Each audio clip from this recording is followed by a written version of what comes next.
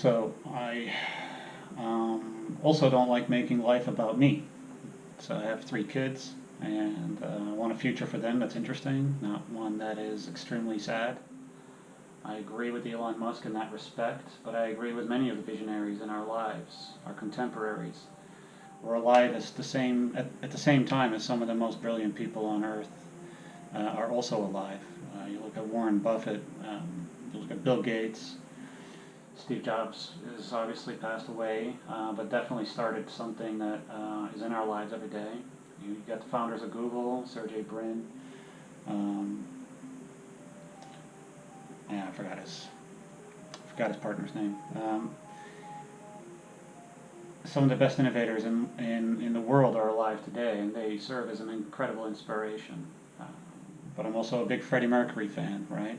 Freddie Mercury was artistic to the hilt, but also showed what could be done with things that most people thought couldn't be done. You look at Bohemian Rhapsody, the radio stations told him that it wasn't airworthy, nobody was going to play it, it was too long. And look what happened. It's one of the most popular songs on the planet. We Will Rock You, We Are the Champions. Those are amazing songs that are still around today, despite the challenges that Queen and Freddie Mercury had. But it's not about Queen, it's not about Freddie Mercury, it's about who is as a role model in my life who serves as an inspiration. And my stepfather, incredible inspiration, works for GE, but taught me what automation could do, or at least introduced me to it. Him and I are in different paths, but we both are in very interesting industries, and I can see him as a role model not just in my life, but in my brother-in-law's life, who works for Palantir. Happy birthday, Brandon. So this one's for you. And even further, my father continues to inspire me. I hope that's what I can do for my children. I have a 16-year-old, Phoenix, 2 twins who are 5, and I'd like to serve as a role model. Am I one? I don't know. I do try to make the right decisions. I try to be sensitive of others, and I try to also inspire others. So that comes back to somebody like Richard Branson from Virgin Galactic. Doesn't sit still, keeps moving forward, challenges himself, but challenges his business and his partners as well, his leadership. You look at somebody like the CEO from GE, Jack Welch.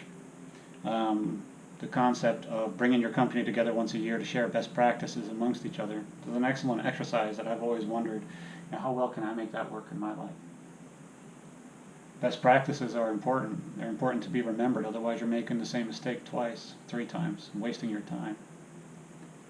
So what's my best practice? Well, I want to dream correctly. I want to identify the correct dreams. I want to focus on just that one dream. It's not my dream just to have a bachelor's in software development. In fact, if it's not finished and my other dreams get achieved ahead of that, I've done really well.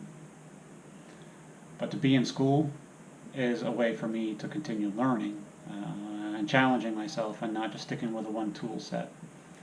And that's why I'm going back. So how do I do that? How do I recrystallize a vision? Well, I don't really like staying married to one format to describe my ideas.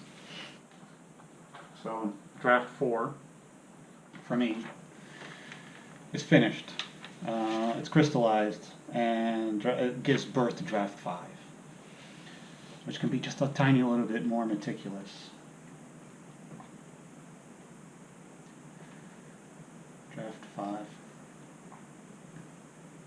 I'm still 37, but I'll be 38 on October 3.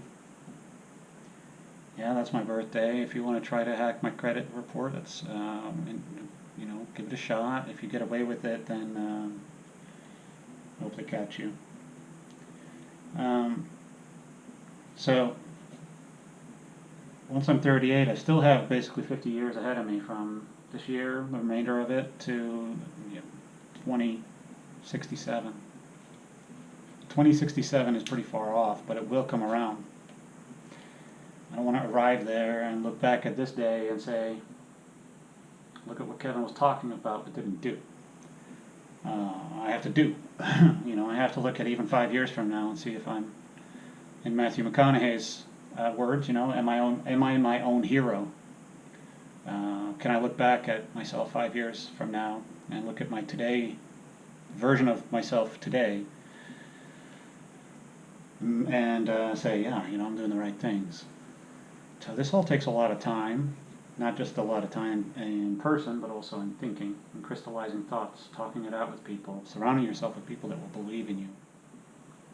I think I have enough people believing in me, but I also believe in myself. I've never not believed in myself. I've questioned myself. I've doubted myself, but when it comes down to it, my dreams don't disappear. And that's the most important part, is that the dreams just don't disappear. You got to dream them all the time, daily. You got to put those reminders in front of yourself. That's what I want to do, and this is the reminder for myself. At draft 5, I can write down the years again, and I know what I'm going to accomplish in 2017. Like in a few weeks, I'll be climbing Mount St. Helens to the top. That's nice. It's not the most challenging mountain on the planet, but this Saturday, climbing Mount Eleanor. Climbing mountains is an interesting metaphor for goal achievement. There's always a bigger one, but if you look at Everest, that's the biggest one you can do. You can lose your life on that. You can lose your life in a lot of different things, so you got to ask yourself if that's worth the challenge. I could lose my life going to space in 2045. That's the goal I set myself. It's big, it's crazy, it's nuts, but not really. A lot of people are already working on it and successfully doing it. Not just NASA, not just America. You'll see China advance quite a bit with their space program. Hopefully we get international cooperation from them, because this is a human endeavor. It's not a racial endeavor. It's not a national endeavor. It's not about the rich versus the poor. It's about the boundaries of humanity and consciousness. And that has to, that's, I think, naturally going to expand no matter what. I think if you're honest with the trajectory of history, then the boundaries of space travel are not going to be something that limits us. If we get there with fossil fuels, that'll be a little bit more sad. But currently there's no other way. 2018. I wrote it down. Let's see where I'm starting here. Just very simple, 2017, 2018. How am I going to define my goals? What can I do in 2017? Well, in November I'm starting school. That's what I did for myself. I set that goal for myself. So I write it down. November 1. Start school. I'm not just talking about it. I've contacted the Western Governors University and talked to a counselor, and I've got my transcripts, so I'm not just talking about it, I'm making the small steps, the small actions. Steptions would be a great word. Taking the small steps to create the effect of a larger action.